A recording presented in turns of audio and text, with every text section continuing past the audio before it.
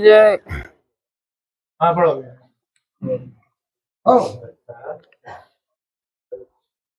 ખરેખર આપણા મહાપુરુષોએ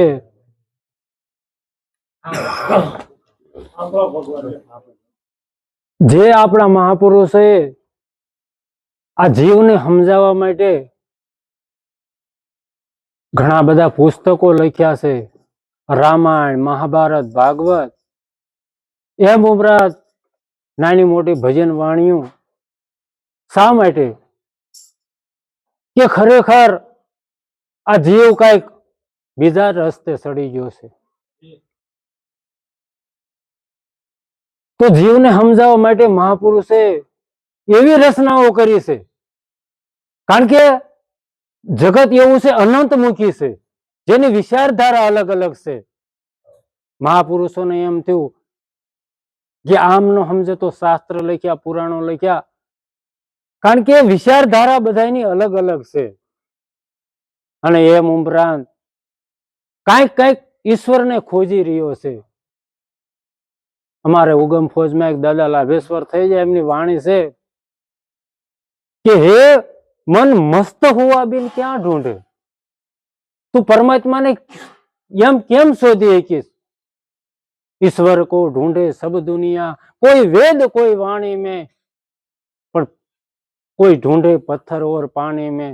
पर परमात्मा नो एम कैसे पतो लागे एवो नहीं, पर हमने ढूंढा यहाँ हरदा में, बस्ती उजड़ गई बेरानी में। लाल कहे वो कहाँ नहीं मिला, मिला मगर संत मेहमानी में।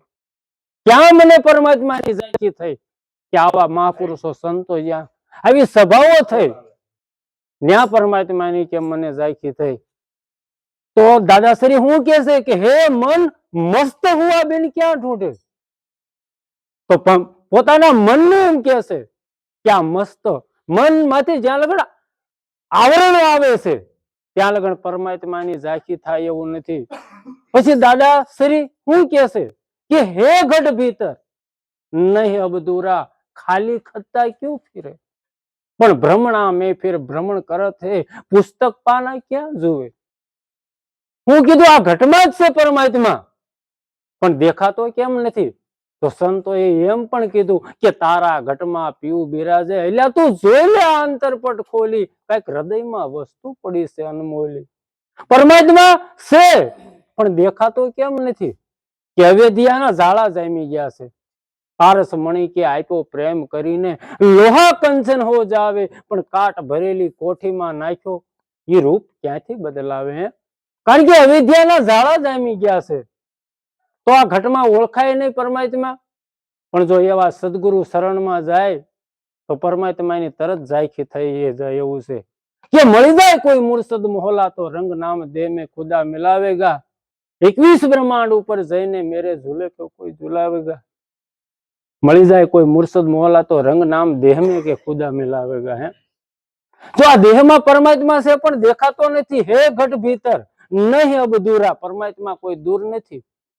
તો એવા પુરુષોએ તો આંગળી સીધીને કહી દીધું કે તારા શ્વાસો શ્વાસની અંદર એક શબ્દ ધ્વનિ થઈ રહ્યો છે, ન્યા તું નજર રાખ।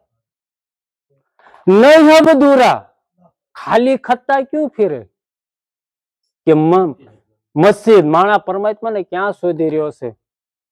પણ સંતોનો અનુભવ લઈ લો તો કોઈને ક્યાંય પરમાત્મા એમ બહાર ગોતે મળ્યો નથી, પોતાના ઘટમાં મળ્યો છે। તો એવી સાધના શું છે કે ઓહમ ઊંસા સડે સોમ સામા મળે, ફેરી લે બીજ સાનમાં માળા। તો તારા ઘટ ભીતર થઈ અંજવાળા, योग का घर त्रिकुटी की कमाई, सोय घर ले ले मेरे भाई, सोय घर गुरु दत्तात्रेय लिया, अजंपाना जाप जपीन अमर रिया। ले આ વાતથી પરમાત્મા મળે એવું છે, પણ પરમાત્માને એમ કોઈ શોધતું નથી। જો ઓહમ ઊંસા સડી જાય અને સોહમ સામા મળે, જો ઈ સાનમાં માળા ફરે કે માળા હે નિજ નામ કી ફેરેગા કોઈ દાસ, જીવ 84 ફટકે નહીં, કટી જાય કર્મની ફાંસે। એવું છે તો હે ઘટ ભીતર નહીં અબ દૂરા, ખાલી ખત્તા ક્યું ફિરે, પણ ભ્રમણા મેં ફિર ભ્રમણ કરત હે। આ જીવને ખોટી ભ્રમણાઓ થઈ છે। પુસ્તક પાના ક્યાં ખોરે, તો પુસ્તકમાં પરમાત્માને લખ્યો છે પણ પ્રગટ નથી। હા, એનું ગુણ ધર્મ લખ્યા છે, પણ પુસ્તકમાં પરમાત્મા એમ મળી જાય એવું નથી. જો એની સાધના બતાવી એમ જો આપણે કરવી ને તો પરમાત્માની ઝાંખી થાય એવું છે, પણ આપણે એમ કરતા નથી. કારણ કે સંતોના આપણે રાહ ઉપર જો હાલવી તો તરત જડી જાય એવું છે, પણ એમ કરતા નથી.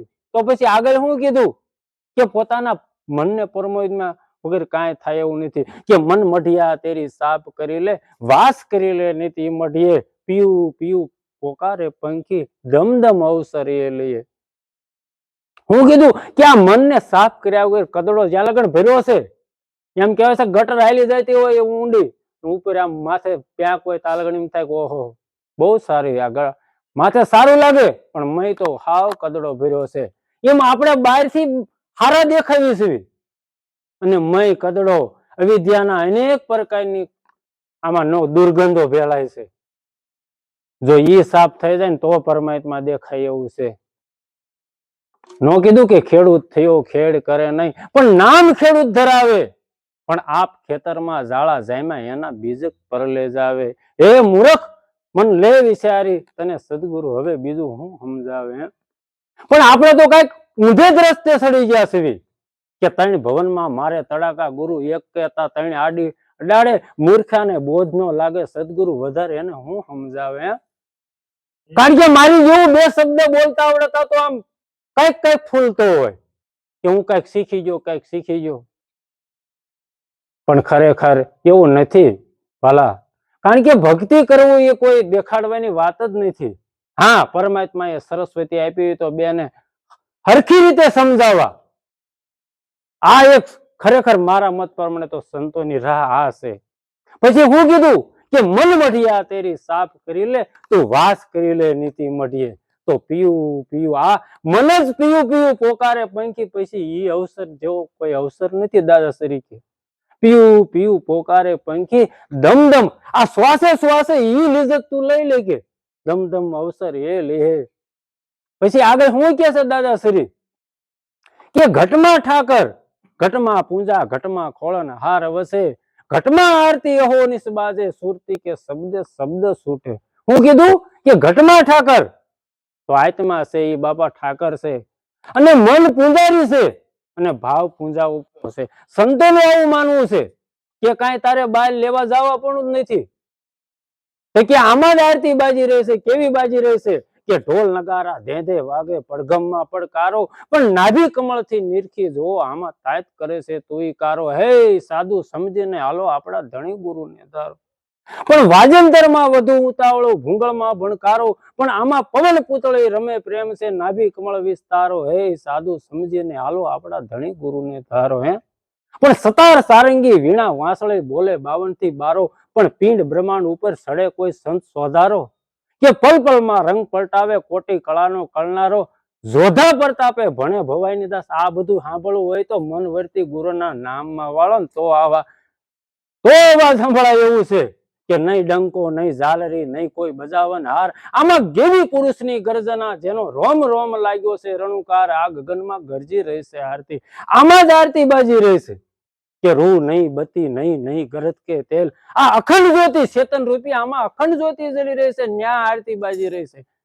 કે અખંડ જ્યોતિ જલી રહેવો અદ્ભુત છે ખેલ, પણ ભણકારા બ્રહ્માંડમાં ગુરુ રૂડ ગોરે નાથ, પણ વસ્તુ ગતિ ને વિચારાય એના મટી ગયા વાદ ને વિવાદ, પણ ખબર વગરનો ખોળે ઘડો જડે નહીં આનો મરમ, દિલ હીણો ડોટું કાઢે આનો ક્યાંથી ભાંગે ભરમ.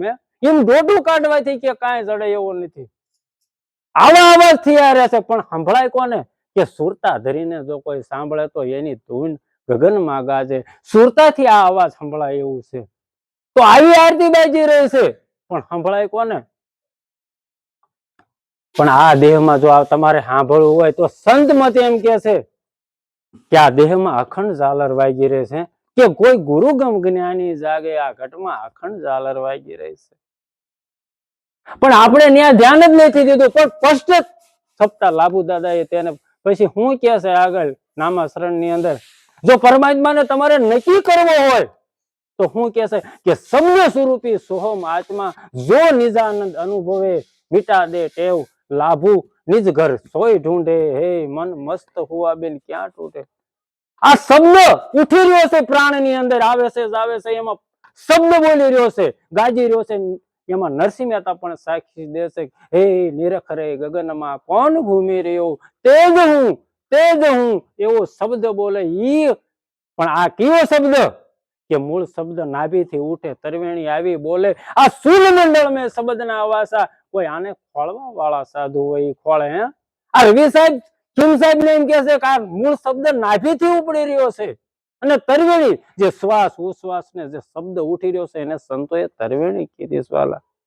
અને સૂન મંડળ મેં આનો વાસો છે કે સૂનમાં સાસર્યું, સૂનમાં પીર્યું. આ સંતોએ સર્વે ના કીધું, એટલે કીધું કે શબ્દ સ્વરૂપી સોહમ આત્મા, કે શબ્દથી, કારણ કે વાણીથી જ આખું જગત હાલી રહ્યું છે. આપણા દેહની અંદર ઘણા બધા એને એમ થાય આ લોહીથી બધું વહીવટ થઈ ગયો છે, નસો દ્વારા, એમ આ આખા જગત શબ્દોથી હાલી રહ્યું છે. નથી કીધું કે બોલે છે એ બીજો નથી, છે પરમેશ્વર પોતે. પણ અજ્ઞાની જણ આંધળો એને શેટે ગોતે. હે આપણે તો કઈક પરમાત્માની ઝાંખી બીજે જ ખોદી રહ્યા છે, પણ દાદાશ્રી ક્યાં આંગળે સીધી કે શબ્દ સ્વરૂપી સોહમાત્મા. તારે કે જો નક્કી કરવો હોય તો એક તારા ગુરુ ઈશ પોતે છે ને એક તો તારે નિજ ઘટમાં આત્મારામ રહ્યો છે. બે, કારણ કે આદિ નથી, બે પરમાત્માના બે સ્વરૂપ વર્તી રહ્યા છે, એક સાકાર ને એક નિરાકાર. તો હું કે છે કે શબ્દ સ્વરૂપી સોહમ આત્મા જો નિજાનંદ અનુભવે, આ નિજ આનંદ ને જો અનુભવો હોય તો નિજ આનંદ ને અનુભવે. મીટા દે ટેવ પરઘર ભૂંડા લાભુ, નિજ ઘર સોય ઢૂંઢે, હે મન મસ્ત હુआ बिन ક્યાં ઢૂંઢે. હવે સદગુરુ દેવ કી જય. ઘણા બધા હશે વડેલો, સદગુરુ દેવ કી જય.